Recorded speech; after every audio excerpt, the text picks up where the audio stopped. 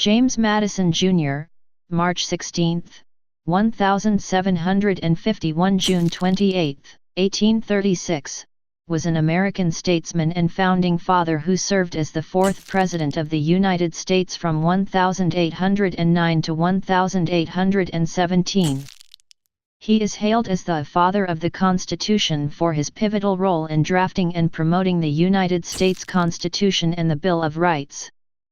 Born into a prominent Virginia planting family, Madison served as a member of the Virginia House of Delegates and the Continental Congress during and after the American Revolutionary War.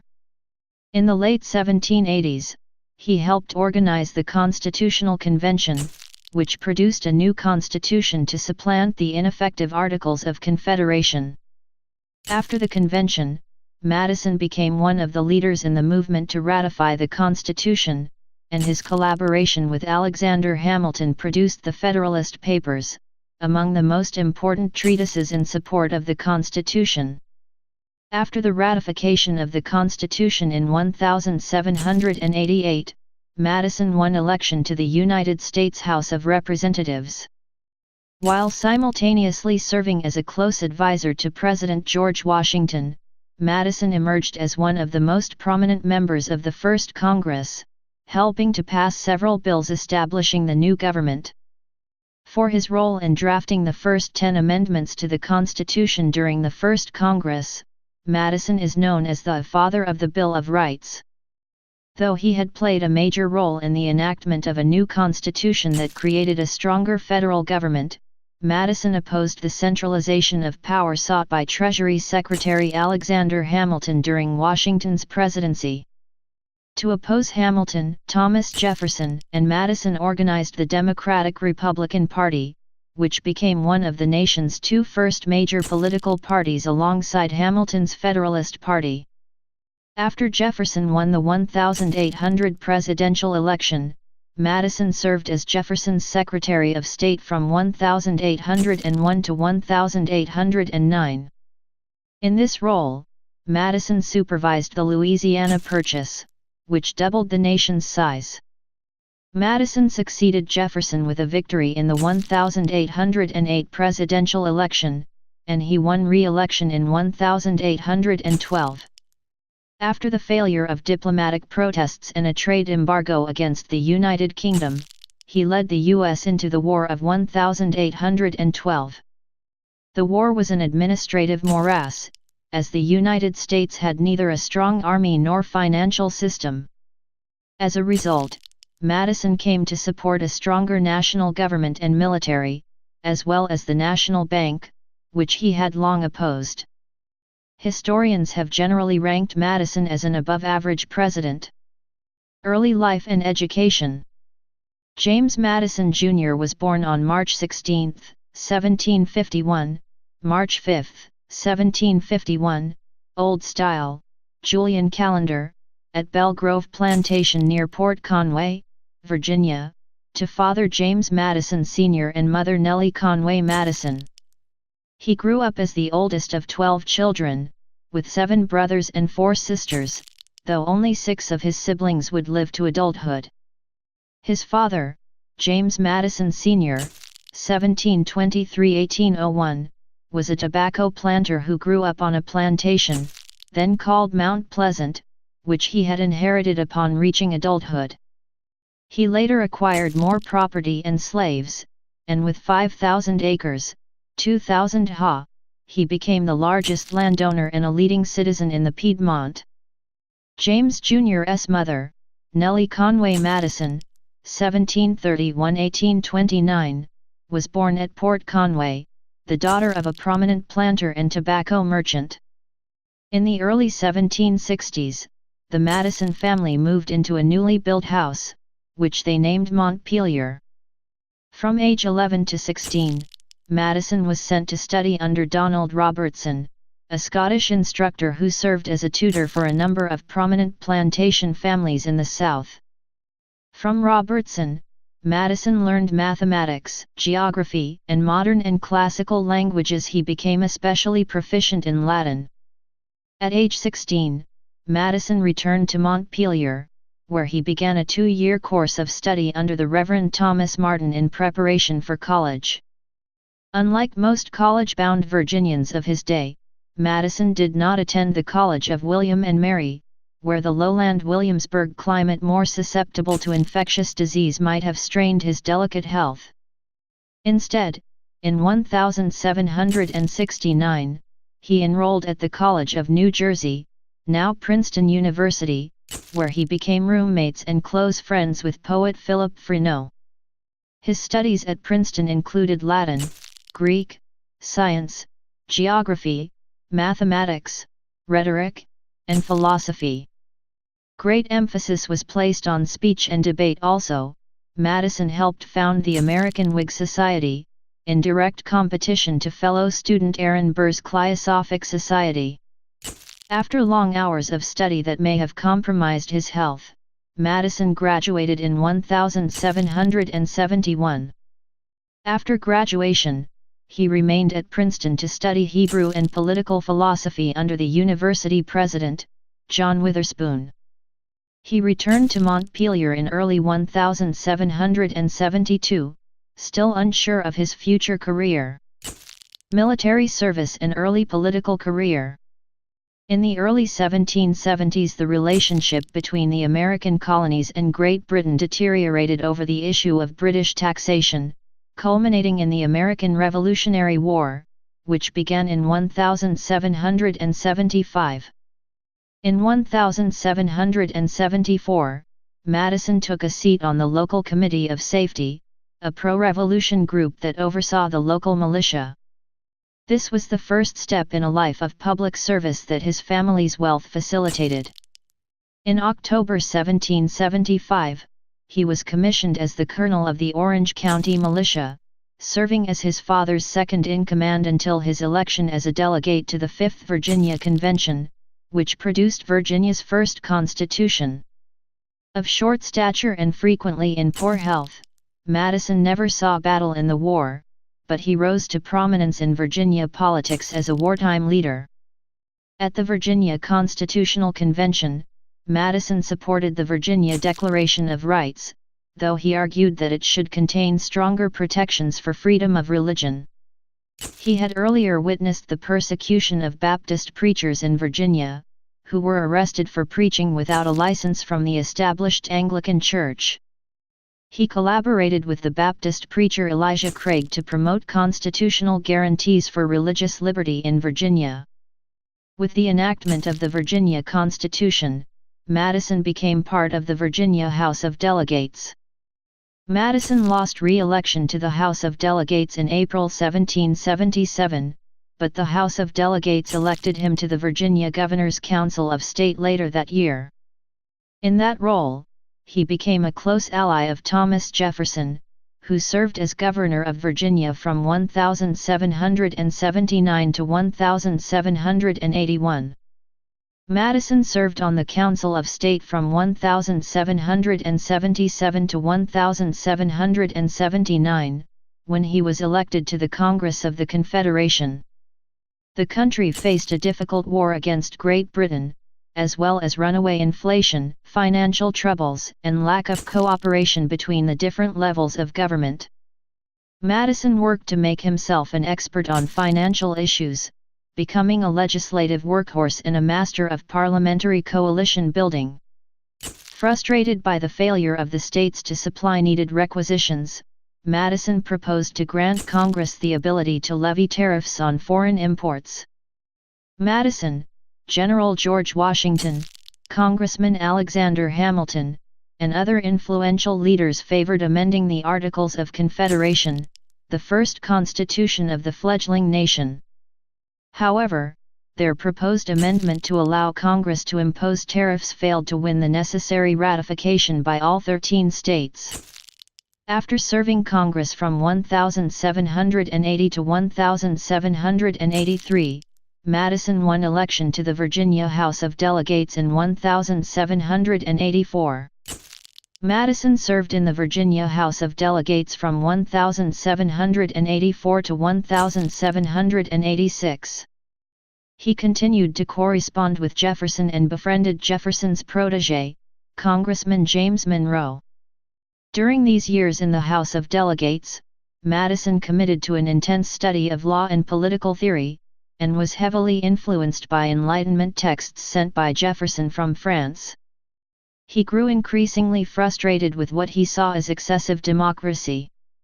He criticized the tendency for delegates to cater to the particular interests of their constituents, even if such interests were destructive to the state at large. In particular, he was troubled by a law that denied diplomatic immunity to ambassadors from other countries, and a law that legalized paper money. He thought legislators should be disinterested and act in the interests of their state at large, even if this contradicted the wishes of constituents. Madison believed this excessive democracy was the cause of a larger social decay which he and others, such as Washington, thought had resumed after the Revolution and was nearing a tipping point. Shays' Rebellion was an example. He also continued to advocate for religious freedom. Along with Jefferson, he drafted the Virginia Statute for Religious Freedom, which guaranteed freedom of religion and disestablished the Church of England. The amendment was passed in 1786. Father of the Constitution. Throughout the 1780s, Madison advocated for reform of the Articles of Confederation. He became increasingly worried about the disunity of the states and the weakness of the central government after the end of the Revolutionary War in 1783.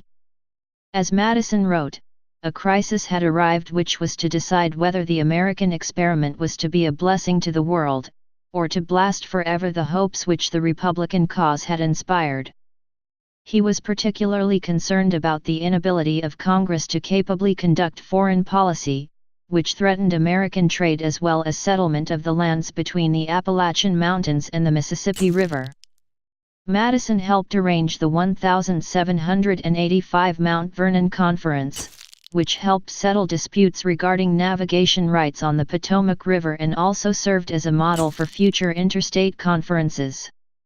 At the 1786 Annapolis Convention, he supported the calling of another convention to consider amending the Articles. After winning election to another term in Congress, Madison helped convince the other congressmen to authorize the Philadelphia Convention for the purposes of proposing new amendments. But Madison had come to believe that the ineffectual Articles had to be superseded by a new constitution, and he began preparing for a convention that would propose an entirely new constitution. Madison ensured that George Washington, who was popular throughout the country, and Robert Morris, who was influential in the critical state of Pennsylvania, would both broadly support Madison's plan to implement a new constitution. As a quorum was being reached for the Philadelphia Convention to begin, the 36-year-old Madison wrote what became known as the Virginia Plan, an outline for a new constitution. Madison worked with his fellow members of the Virginia delegation, especially Edmund Randolph and George Mason, to create and present the plan to the convention. The plan called for 3 branches of government: legislative, executive, and judicial, a bicameral Congress apportioned by population, and a council of revision composed of members of the executive and judicial branches which would have the right to veto laws passed by Congress. Reflecting the centralization of power envisioned by Madison, the Virginia Plan granted the United States Senate the power to abrogate any law passed by state governments. Many delegates were surprised to learn that the plan called for the abrogation of the Articles and the creation of a new constitution, to be ratified by special conventions in each state rather than by the state legislatures. Nonetheless, with the assent of prominent attendees such as Washington and Benjamin Franklin, the delegates went into a secret session to consider a new constitution. During the course of the convention, Madison spoke over 200 times, and his fellow delegates rated him highly. William Pierce wrote that, "Every person seems to acknowledge his greatness. In the management of every great question he evidently took the lead in the convention. He always comes forward as the best informed man of any point in debate." Madison recorded the unofficial minutes of the convention, and these have become the only comprehensive record of what occurred. The historian Clinton Rossiter regarded Madison's performance as a combination of learning, experience, purpose, and imagination that not even Adams or Jefferson could have equaled. Though the Virginia Plan was an outline rather than a draft of a possible constitution, and though it was extensively changed during the debate, its use at the convention has led many to call Madison the father of the Constitution. Madison had hoped that a coalition of Southern states and populous Northern states would ensure the approval of a constitution largely similar to the one proposed in the Virginia Plan. However, delegates from small states successfully argued for more power for state governments and presented the New Jersey Plan as an alternative. In response, Roger Sherman proposed the Connecticut Compromise, which sought to balance the interests of small and large states. During the course of the convention, the Council of Revision was jettisoned, each state was given equal representation in the Senate, and the state legislatures, rather than the House of Representatives, were given the power to elect members of the Senate. Madison was able to convince his fellow delegates to have the Constitution ratified by ratifying conventions rather than state legislatures, which he distrusted. He also helped ensure that the President of the United States would have the ability to veto federal laws and would be elected independently of Congress through the Electoral College. By the end of the convention, Madison believed that the federal government would be too weak under the proposed Constitution, but he viewed the document as an improvement on the Articles of Confederation. The ultimate question before the convention, Wood notes, was not how to design a government but whether the states should remain sovereign, whether sovereignty should be transferred to the national government, or whether the Constitution should settle somewhere in between. Most of the delegates at the Philadelphia Convention wanted to empower the federal government to raise revenue and protect property rights. Those, like Madison, who thought democracy in the state legislatures was excessive and insufficiently disinterested, wanted sovereignty transferred to the national government, while those who did not think this a problem, wanted to fix the Articles of Confederation. Even many delegates who shared Madison's goal of strengthening the central government reacted strongly against the extreme change to the status quo envisioned in the Virginia Plan. Though Madison lost most of his battles over how to amend the Virginia Plan, in the process he increasingly shifted the debate away from a position of pure state sovereignty.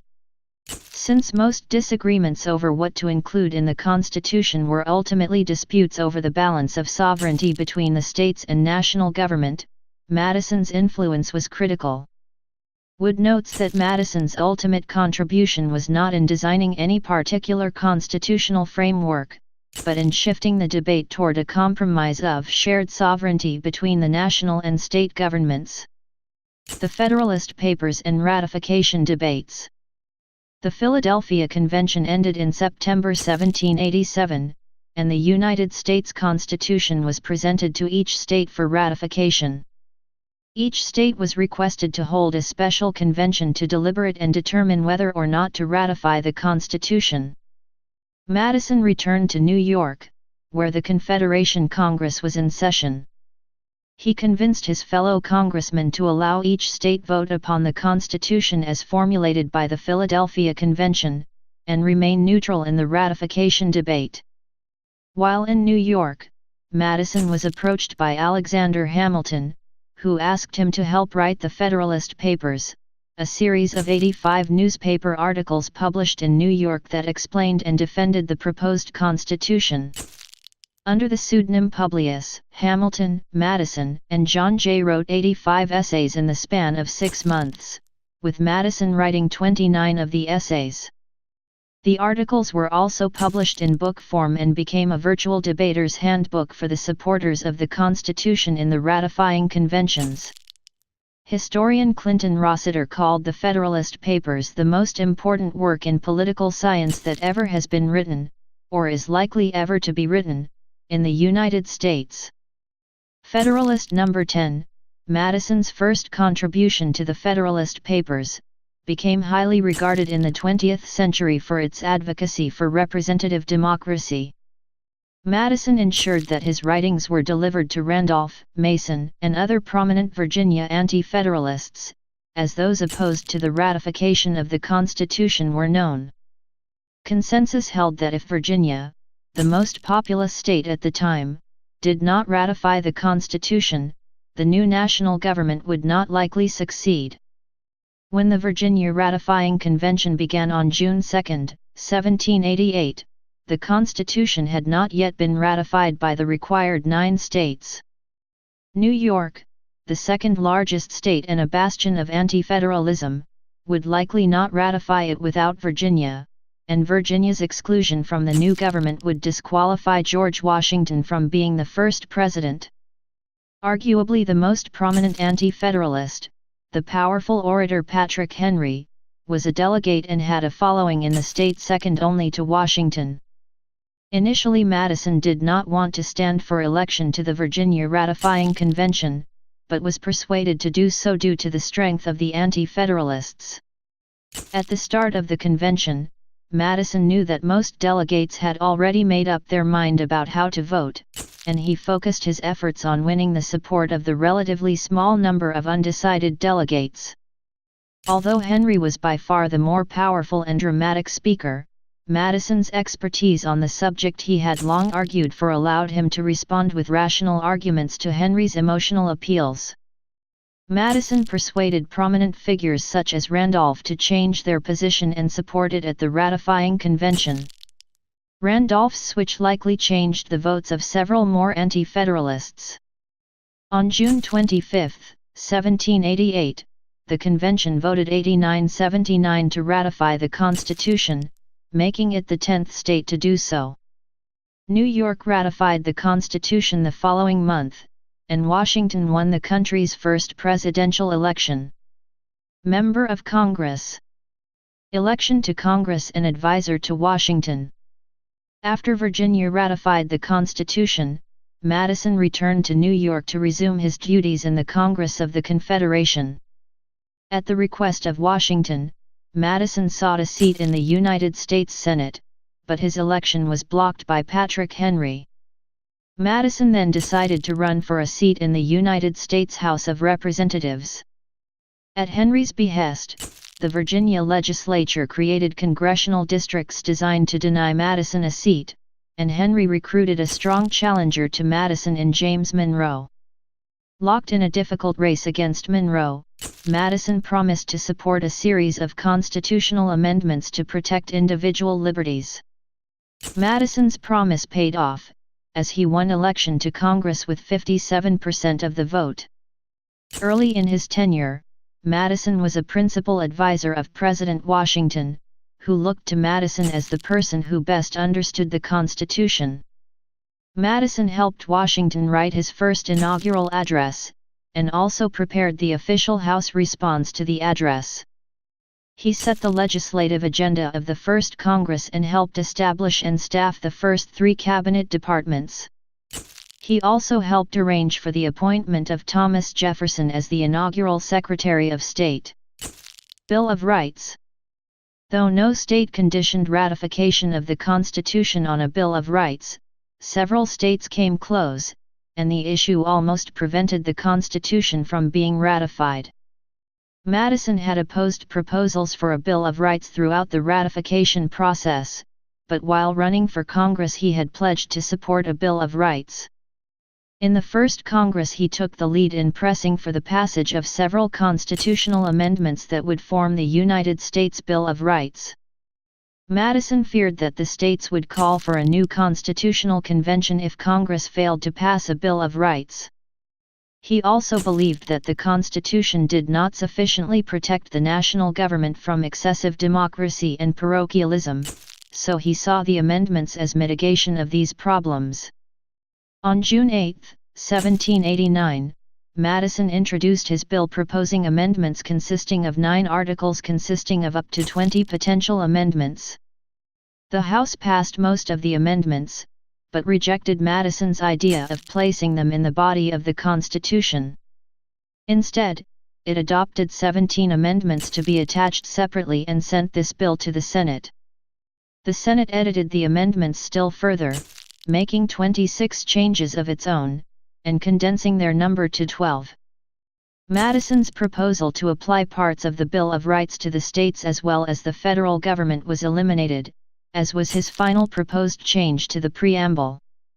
A House-Senate Conference Committee then convened to resolve the numerous differences between the two Bill of Rights proposals. On September 24, 1789, the committee issued its report, which finalized 12 constitutional amendments for the House and Senate to consider. This version was approved by joint resolution of Congress on September 25, 1789. Of the proposed 12 amendments, Articles 3 through 12 were ratified as additions to the Constitution on December 15, 1791, were renumbered 1 through 10, and became the Bill of Rights. Proposed Article 2 became part of the Constitution in 1992 as the 27th Amendment, while proposed Article 1 is technically still pending before the states. Madison was disappointed that the Bill of Rights did not include protections against actions by state governments, but passage of the document mollified some critics of the original Constitution and shored up Madison's support in Virginia. In proposing the Bill of Rights, Madison considered over 200 amendments that had been proposed at the state ratifying conventions. While most of the amendments he proposed were drawn from these conventions, he was largely responsible for the portions of the Bill of Rights that guarantee freedom of the press, protection of property from government seizure, and jury trials. He initially introduced an amendment that guaranteed all citizens the right to a jury trial in all civil cases where there was $20 or more at stake. While the original amendment failed, the guarantee of a civil jury trial in federal cases was incorporated into the Bill of Rights as the Seventh Amendment. Founding the Democratic-Republican Party. As the 1790s progressed, the Washington administration became polarized among two main factions. One was led by Jefferson and Madison, broadly represented Southern interests, and sought close relations with France and westward expansion. The other was led by Secretary of the Treasury Alexander Hamilton, broadly represented Northern financial interests, and favored close relations with Britain. In 1790, Hamilton introduced an ambitious economic program that called for the federal assumption of state debts and the funding of that debt through the issuance of federal securities. Hamilton's plan favored Northern speculators and was disadvantageous to states such as Virginia that had already paid off most of their debt, and Madison emerged as one of the principal congressional opponents of the plan. After prolonged legislative deadlock, Madison, Jefferson, and Hamilton agreed to the Compromise of 1790, which provided for the enactment of Hamilton's Assumption Plan through the Funding Act of 1790. In return, Congress passed the Residence Act, which established the Federal Capital District of Washington, D.C. on the Potomac River. In 1791, Hamilton introduced a plan that called for the establishment of a national bank, which would provide loans to emerging industries and oversee the money supply. Madison objected to the bank, arguing that its creation was not authorized by the Constitution. After Congress passed a bill to create the first bank of the United States, Washington carefully considered vetoing the bill, but ultimately chose to sign it in February 1791. With the passage of much of Hamilton's economic program, Madison came to fear the growing influence of Northern moneyed interests, which he believed would dominate the fledgling republic under Hamilton's plans.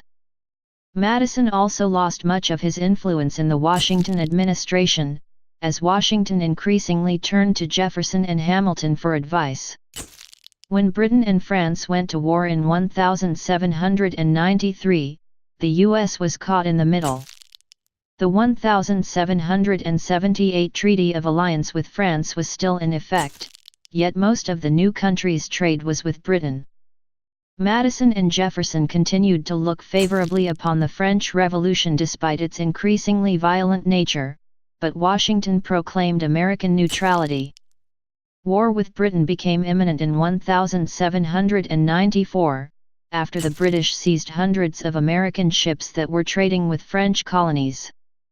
Madison believed that the United States was stronger than Britain, and that a trade war with Britain, although risking a real war by that government, would probably succeed, and allow Americans to assert their independence fully.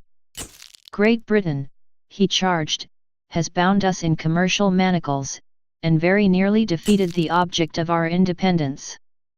According to Varg, Madison discounted the more powerful British military when the latter declared her interests can be wounded almost mortally, while ours are invulnerable. The British West Indies, Madison maintained, could not live without American foodstuffs, but Americans could easily do without British manufactures. He concluded, it is in our power, in a very short time, to supply all the tonnage necessary for our own commerce.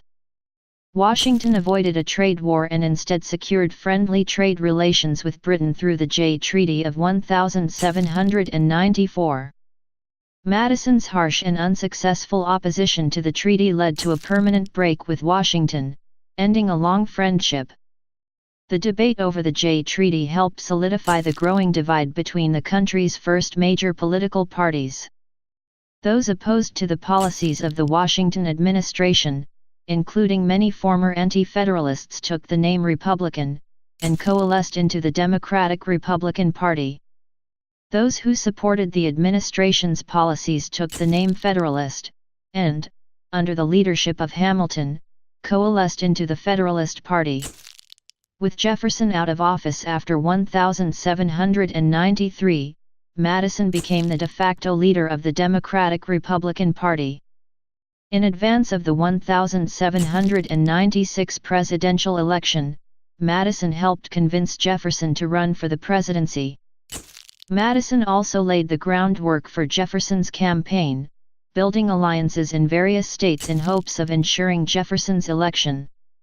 Despite Madison's efforts, Federalist John Adams defeated Jefferson, taking a narrow majority of the electoral vote. Declining to seek re-election, Madison left Congress in 1797 and returned to Montpelier. Though he was out of office, Madison remained a prominent Democratic-Republican leader in opposition to the administration of Adams. In 1798, the U.S. and France unofficially became combatants in the Quasi-War, which involved naval warships and commercial vessels battling in the Caribbean. The Federalists created a standing army and passed the Alien and Sedition Acts, which were directed at French refugees engaged in American politics and against Republican editors. In response, Madison and Jefferson secretly drafted the Virginia and Kentucky resolutions declaring the enactments to be unconstitutional and noted that states, in contesting obnoxious laws, should interpose for arresting the progress of the evil. The resolutions were largely unpopular, even among Republicans, since they called for state governments to invalidate federal laws. Jefferson went further, urging states to secede if necessary, though Madison convinced Jefferson to relent this extreme view. Jefferson sought the presidency again in the 1800 presidential election, with Madison again acting as Jefferson's campaign manager. In a closely contested election that was ultimately decided in the House of Representatives, Jefferson narrowly prevailed. Marriage and family. Madison was married for the first time at the age of 43, on September 15, 1794. James Madison married Dolly Payne Todd, a 26-year-old widow, at Harewood, in what is now Jefferson County, West Virginia. Madison met Dolly Payne while serving in Congress. In May 1794, Madison asked his and Dolly's mutual friend Aaron Burr to arrange a meeting. By August, she had accepted his proposal of marriage. For marrying Madison, a non-Quaker, she was expelled from the Society of Friends. Also in 1794, Madison was elected a Fellow of the American Academy of Arts and Sciences. Madison had no children but adopted Todd's one surviving son, John Payne Todd, known as Payne, after the marriage. Dolly Madison put her social gifts to use when the couple lived in Washington, beginning when he was Secretary of State. With the White House still under construction, she advised as to its furnishings and sometimes served a. Madison became the most diminutive president. Presidency 1809–1817. Upon his inauguration in 1809, Madison immediately faced opposition to his planned nomination of Secretary of the Treasury Albert Gallatin as Secretary of State, led by Senator William B. Giles. Madison chose not to fight Congress for the nomination but kept Gallatin, a carryover from the Jefferson administration, in the Treasury Department. The talented Swiss-born Gallatin was Madison's primary advisor, confidant, and policy planner. Madison's cabinet, which included men of unremarkable talent, were chosen for the purposes of national interest and political harmony. Smith in particular would frequently clash with Madison until he was replaced by Monroe in 1811. Prelude to war. Congress had repealed the embargo right before Madison became president, but troubles with the British and French continued. Although initially promising, Madison's diplomatic efforts to get the British to withdraw the Orders in Council, which authorized attacks on American shipping, were rejected by British Foreign Secretary George Canning in April 1809. Aside from U.S. trade with France, the central dispute between Great Britain and the United States was the impressment of sailors by the British. During the long and expensive war against France, many British citizens were forced by their own government to join the Navy, and many of these conscripts defected to U.S. merchant ships. Unable to tolerate this loss of manpower, the British seized several U.S. ships and forced captured crewmen, some of whom were not in fact British subjects, to serve in the British Navy. This impressment contributed greatly to growing anger towards the British in the United States. By August 1809, diplomatic relations with Britain deteriorated as Minister David Erskine was withdrawn and replaced by hatchet man Francis James Jackson. Madison, however, resisted calls for war, as he was ideologically opposed to the debt and taxes necessary for a war effort. British historian Paul Langford sees the removal in 1809 of Erskine as a major British blunder. The British ambassador in Washington brought affairs almost to an accommodation, and was ultimately disappointed not by American intransigence but by one of the outstanding diplomatic blunders made by a foreign secretary. It was Canning who, in his most irresponsible manner and apparently out of sheer dislike of everything American, recalled the ambassador Erskine and wrecked the negotiations, a piece of most gratuitous folly. As a result, the possibility of a new embarrassment for Napoleon turned into the certainty of a much more serious one for his enemy.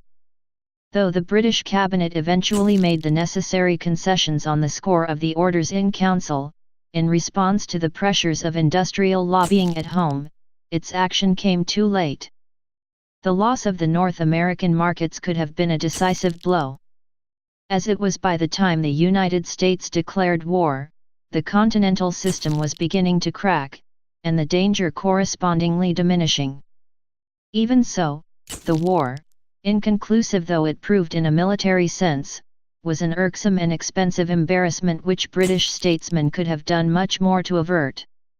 After Jackson accused Madison of duplicity with Erskine, Madison had Jackson barred from the State Department and sent packing to Boston. During his first State of the Union address in November 1809, Madison asked Congress for advice and alternatives concerning the British-American trade crisis, and warned of the possibility of war. By spring 1810, Madison was specifically asking Congress for more appropriations to increase the Army and Navy in preparation for war with Britain. With hostilities against Britain appearing increasingly likely, factions favoring and opposing a war formed in Congress. The predominant faction, the War Hawks, were led by House Speaker Henry Clay. The War Hawks, consisting largely of Southern Democratic Republicans, denounced British actions and Madison's alleged failure to resist British influence. War of 1812. With continued attacks by the British on American shipping, both Madison and the broader American public were ready for war with Britain. Many Americans called for a second war of independence to restore honor and stature to the new nation. With Britain in the midst of the Napoleonic Wars, many Americans, Madison included, believed that the United States could easily capture Canada, at which point the U.S. could use Canada as a bargaining chip for all other disputes or simply retain control of it. On June 1, 1812, Madison asked Congress for a declaration of war. The declaration was passed along sectional and party lines, with intense opposition from the Federalists in the Northeast, where the economy had suffered during Jefferson's trade embargo. Madison hurriedly called on Congress to put the country into an armor and an attitude demanded by the crisis, specifically recommending enlarging the army, preparing the militia, finishing the military academy, stockpiling munitions, and expanding the navy. Madison faced formidable obstacles: a divided cabinet, a factious party, a recalcitrant Congress, obstructionist governors, and incompetent generals, together with militia who refused to fight outside their states. The most serious problem facing the war effort was lack of unified popular support. There were serious threats of disunion from New England, which engaged in extensive smuggling with Canada and refused to provide financial support or soldiers. In the 1812 presidential election, DeWitt Clinton's candidacy united anti-war Democratic Republicans with Federalists. Though Madison defeated Clinton, Clinton won a majority of the votes cast by Northern electors. Events in Europe also went against the United States. Shortly after the United States declared war, Napoleon launched an invasion of Russia, and the failure of that campaign turned the tide against French and towards Britain and her allies. Military action. Madison hoped that the war would be over in a couple months after the capture of Canada, but his hopes were quickly dashed. Madison had believed the state militias would rally to the flag and invade Canada, but the governors in the Northeast failed to cooperate. Their militias either sat out the war or refused to leave their respective states for action. The senior command at the War Department and in the field proved incompetent or cowardly. In August 1812, General William Hull surrendered Detroit to a smaller British force without firing a shot. Gallatin discovered the war was almost impossible to fund, since the National Bank had been closed and major financiers in the Northeast refused to help. Gallatin was able to convince John Jacob Astor and other merchants to provide loans in support of the war effort, but Congress was forced to pass a bill raising taxes. The American campaign in Canada, led by Henry Dearborn, ended with defeat in the Battle of Stony Creek.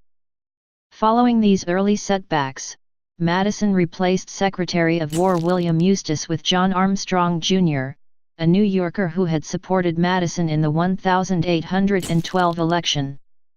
He also replaced Secretary of the Navy Paul Hamilton with William Jones, who presided over a naval build-up and abandoned the traditional Jeffersonian emphasis on gunboats.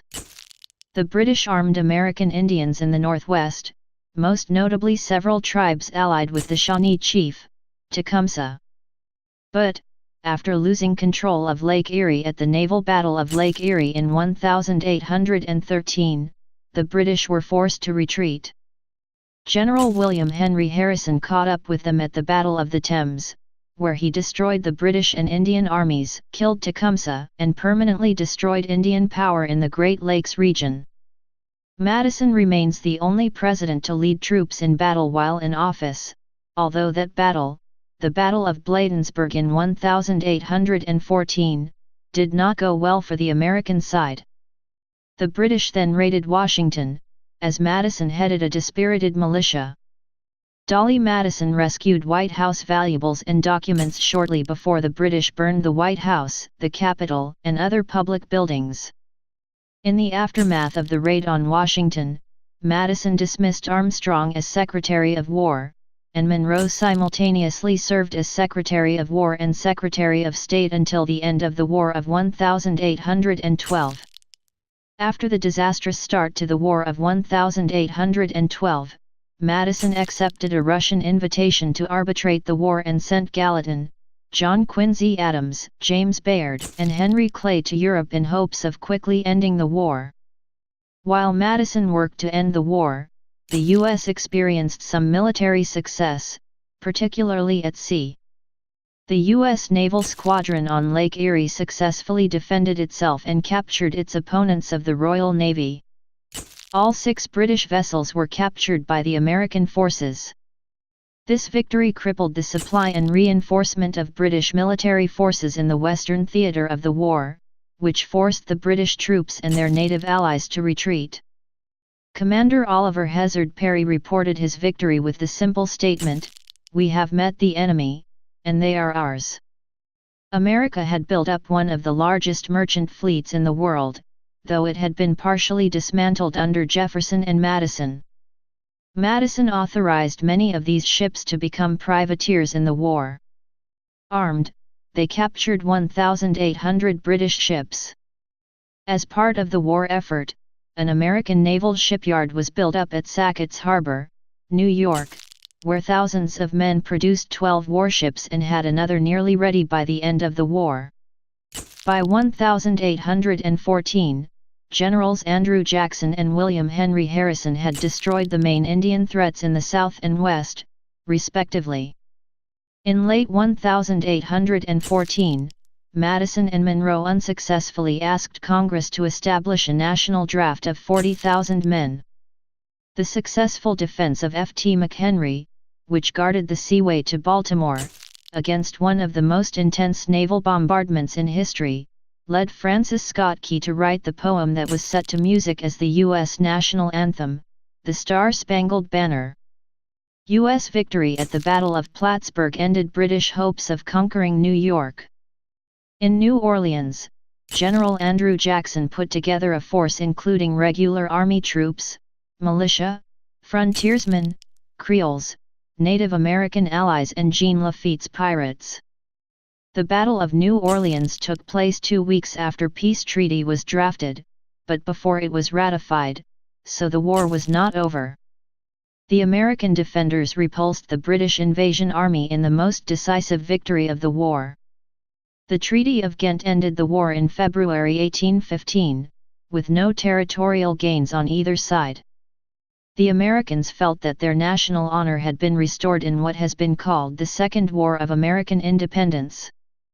To most Americans, the quick succession of events at the end of the war, the burning of the Capitol, the Battle of New Orleans, and the Treaty of Ghent, appeared as though American valor at New Orleans had forced the British to surrender after almost winning. This view, while inaccurate, strongly contributed to the post-war euphoria that persisted for a decade. It also helps explain the significance of the war, even if it was strategically inconclusive. Napoleon was defeated for the last time at the Battle of Waterloo near the end of Madison's presidency, and as the Napoleonic Wars ended, so did the War of 1812 and the attacks on American shipping. Madison's reputation as president improved and Americans came to believe that the United States had established itself as a world power. Post-war economy and internal improvements. The post-war period of Madison's second term saw the transition into the era of good feelings, in which the Federalists ceased to act as an effective opposition party. The Federalists had been badly damaged by the Hartford Convention, in which a group of New England Federalists proposed a second constitutional convention. At the same time, Madison embraced some aspects of the Federalist program that he had previously opposed, weakening the ideological divisions between the Federalists and the Democratic Republicans.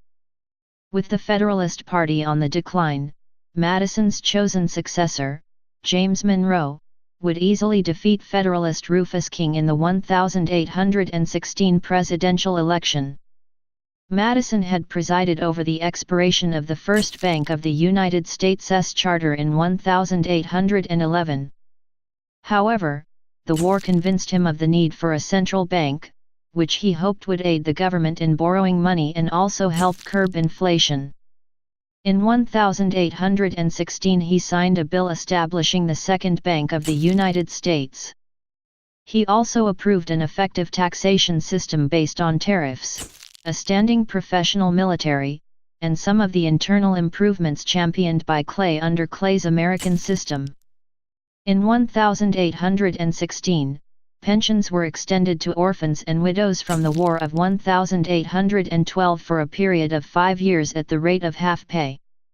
Madison urged a variety of measures that he felt were best executed under the national authority, including federal support for roads and canals that would bind more closely together the various parts of our extended Confederacy. However, in his last act before leaving office, Madison vetoed the bonus bill of 1817, which would have financed more internal improvements of roads, bridges, and canals.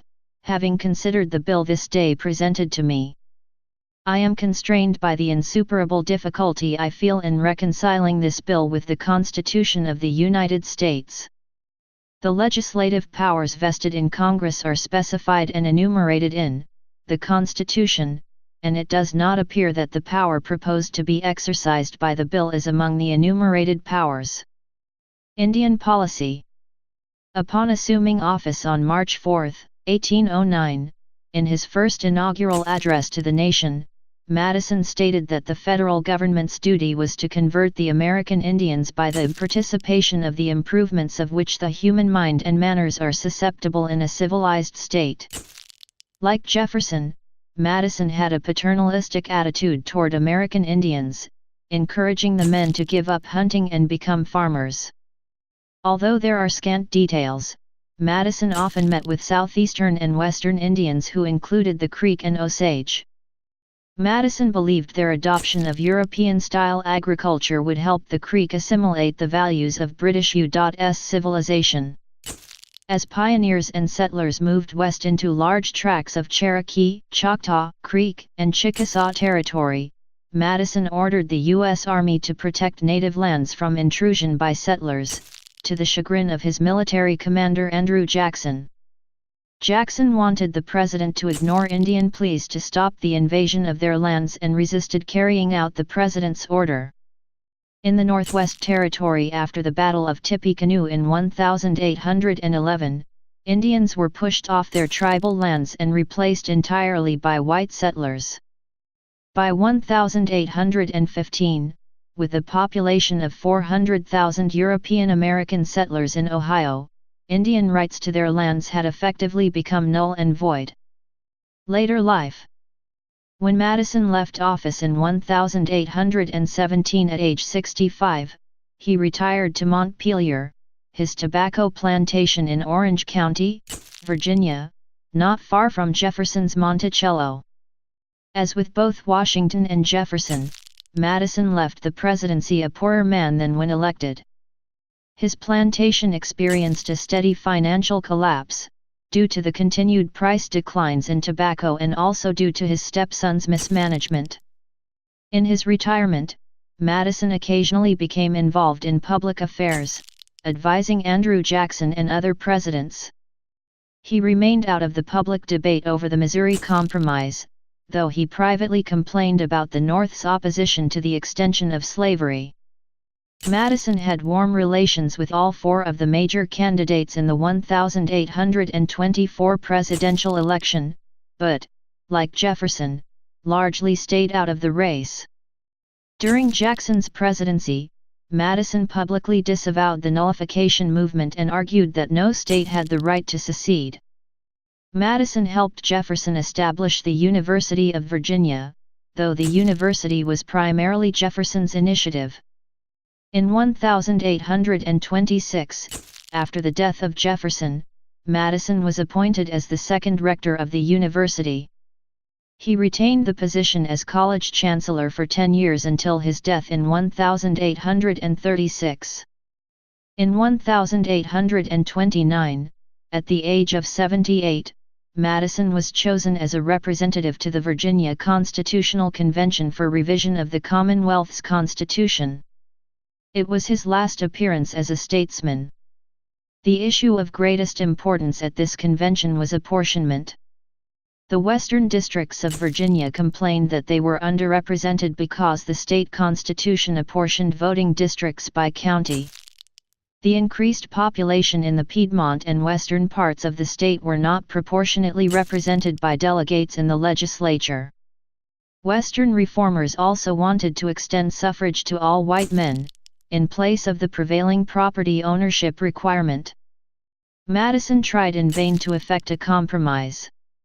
Eventually, suffrage rights were extended to renters as well as landowners, but the eastern planters refused to adopt citizen population apportionment. They added slaves held as property to the population count, to maintain a permanent majority in both houses of the legislature, arguing that there must be a balance between population and property represented. Madison was disappointed at the failure of Virginians to resolve the issue more equitably. In his later years, Madison became highly concerned about his historic legacy. He resorted to modifying letters and other documents in his possession, changing days and dates, adding and deleting words and sentences, and shifting characters.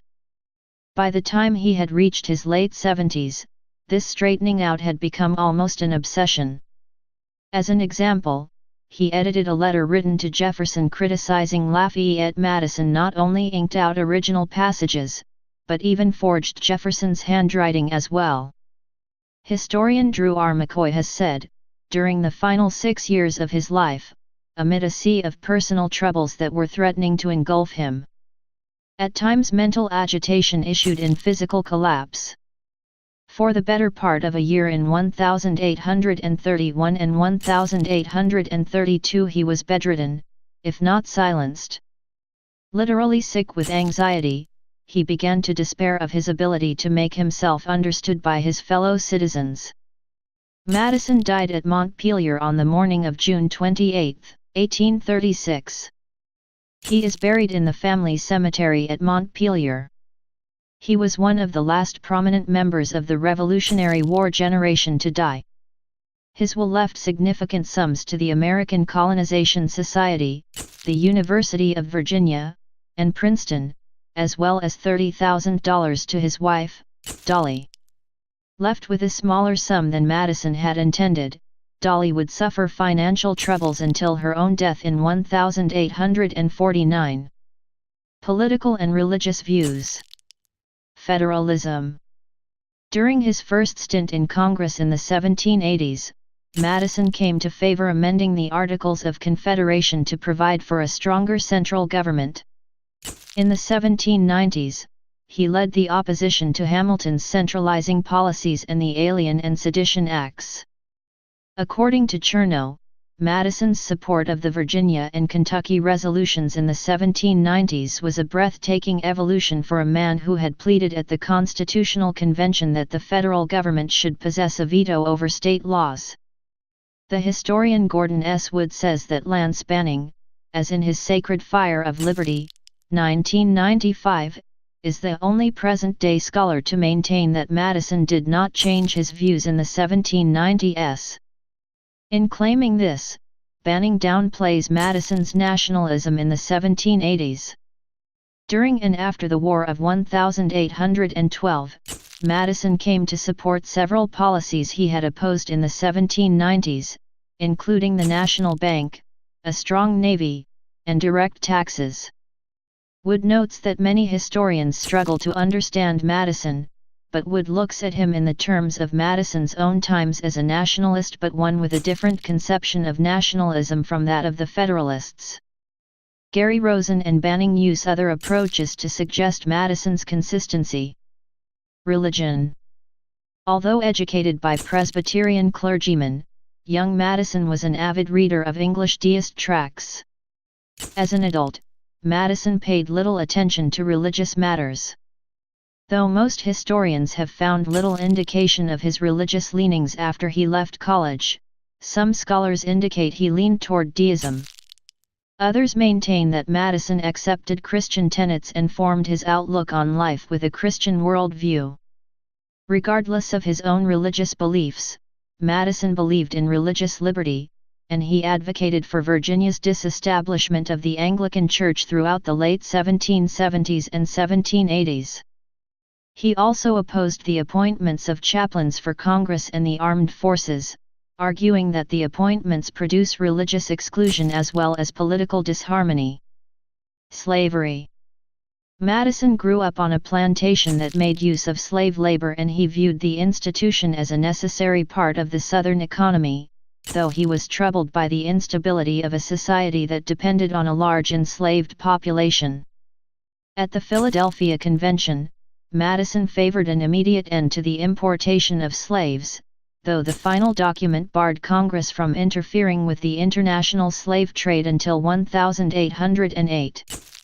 He also proposed that apportionment in the United States Senate be allocated by the sum of each state's free population and slave population, eventually leading to the adoption of the Three-Fifths Compromise. Madison believed that former slaves were unlikely to successfully integrate into Southern society, and in the late 1780s, he became interested in the idea of African Americans establishing colonies in Africa. In the 1830s, Madison served a term as president of the American Colonization Society, which founded the settlement of Liberia for former slaves. Legacy. The historian Gary Wills wrote, "Madison's claim on our admiration does not rest on a perfect consistency, any more than it rests on his presidency. He has other virtues. As a framer and defender of the Constitution he had no peer." The finest part of Madison's performance as president was his concern for the preserving of the Constitution. No man could do everything for the country, not even Washington. Madison did more than most, and did some things better than any. That was quite enough. Montpelier, his family's plantation, has been designated a National Historic Landmark. The James Madison Memorial Building is a building of the United States Library of Congress and serves as the official memorial to Madison. In 1986, Congress created the James Madison Memorial Fellowship Foundation as part of the bicentennial celebration of the Constitution. Several counties and settlements have been named for Madison, including Madison County, Alabama, and Madison, Wisconsin. Other things named for Madison include Madison Square Garden, James Madison University, and the USS James Madison. Please subscribe and thanks for watching.